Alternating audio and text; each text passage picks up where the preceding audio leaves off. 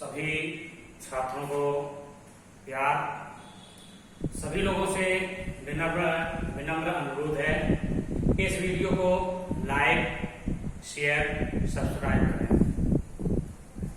आज हम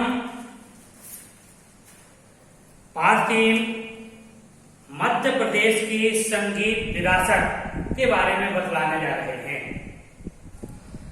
स्वतंत्रता की रणभेरी से लेकर विकास की मधुर तान की यात्रा मध्य प्रदेश के गौरव और इतिहास की यात्रा है।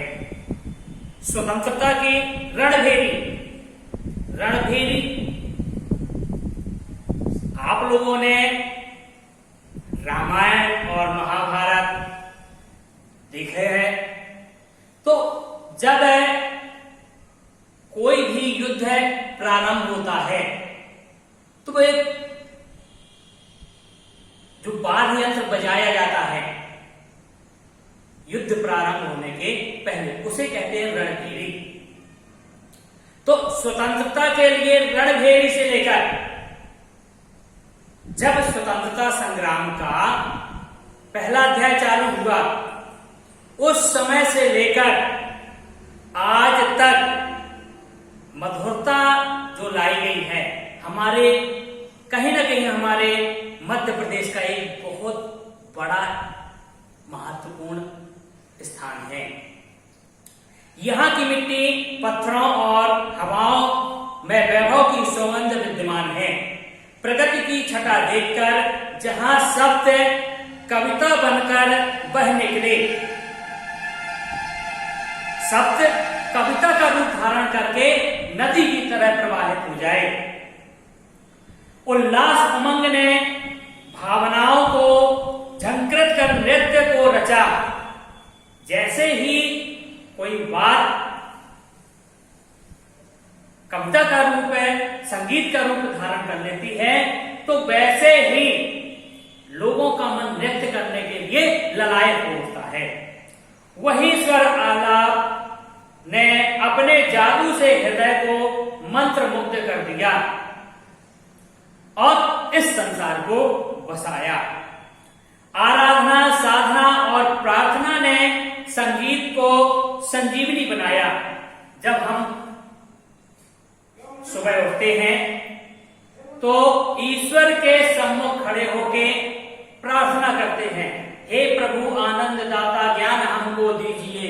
तो हम संगीत के माध्यम, हम डायरेक्ट भी तो कह सकते हैं हे ईश्वर हमें ज्ञान दे, पर हम लयबद्ध तरीके से गाते हैं, हे प्रभु आनंद दाता ज्ञान हमको दीजिए। तो जब हम इस लय से गाते हैं तो इससे क्या सिद्ध होता है कि संगीत इस संसार के हर प्राणी को प्रिय है और नई चेतना जागृत होती है। अर्थात प्रार्थना ने संगीत को संजीवनी बना डाला है। जो भी प्रार्थना है तो ऐसे जीवन को संजीवनी बूटी का कार्य करती है। अतीत से वर्तमान तक मध्य प्रदेश अपने इतिहास में संगीत के कीर्तिमान स्थापित करता चला आ रहा है। कोई कहे कि आज से नहीं, पुराने समय से लेकर आज भी मध्य प्रदेश संगीत के नाम से जाना जाता है। संगीत की शक्ति से दीप जलाना और वर्षा कराना संगीत की साधना की विजय है। हमारे यहाँ एक से बढ़कर एक संगीतज्ञ होंगे, वो ऐसा राग अलापते थे कि दीपक भी जल उठते थे, शरीर में आग उत्पन्न हो जाती थी।